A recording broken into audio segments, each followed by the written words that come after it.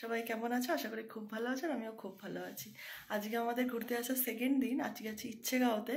এখানে নেটওয়ার্কের অবস্থা খুবই বাজে, নেটওয়ার্ক একদম চলছে না এবং ওয়েদারও খুব বাজে, পুরো কুয়াশা হয়ে গেছে। আর আজকে যাব আমরা পাবংয়ে।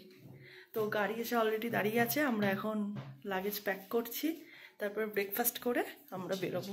চলো চলো তোমাদের বাইরের ভিউটা আমি দেখাচ্ছি। কিছুই তোমরা দেখতে পারবে না, পুরো পাহাড়ি কুয়াশায় ঢেকে গেছে। তাও কালকে কিছু দেখা যাচ্ছে না, যে কিছুই দেখা যাচ্ছে না। কি অবস্থা, পুরো কুয়াশায় ঢেকে গেছে। আর ফুলগুলো দেখো কি সুন্দর।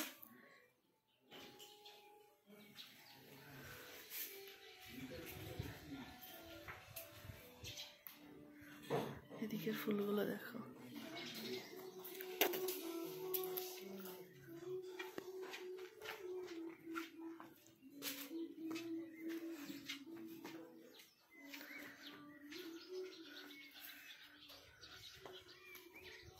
দেবাঞ্জনও রেডি হয়ে গেছে। চলো চলো চলো। আর আমিও রেডি।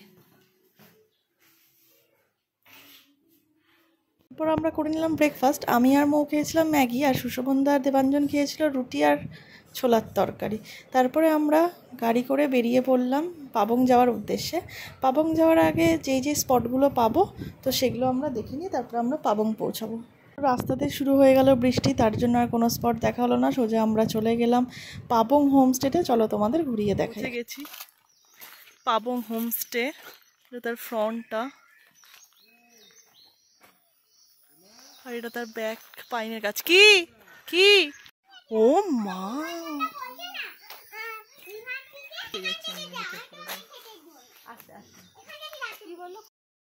আমাদের এই দুটো রুম দেখিয়েছিল, তার মধ্যে থেকে আমরা এই সেকেন্ড রুমটা চুজ করেছিলাম। আর তার ভিউটা তো তোমরা দেখছোই, খুব সুন্দর। আর কুয়াশা না থাকলে আরও সুন্দর দেখা যেত। আর এটাই ছিল আমাদের রুম, আমরা এই রুমটাতেই নিয়েছিলাম। কি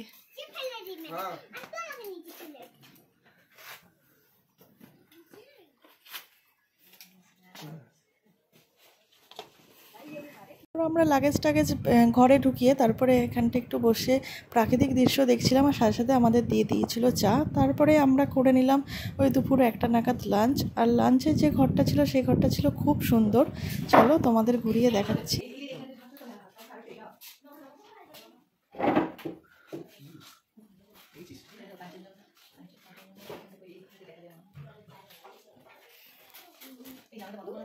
কোন জানলা খোলা?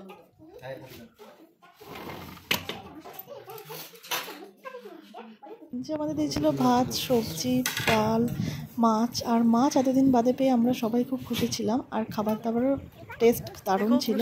তারপরে আমরা দেখো চলে গেলাম একটু ওপরের দিকে, হেঁটে হেঁটেই আমরা ঘুরছিলাম। আর ওপরের কুয়াশাটা দেখো কেমন পাহাড়কে ঘিরে রেখেছে।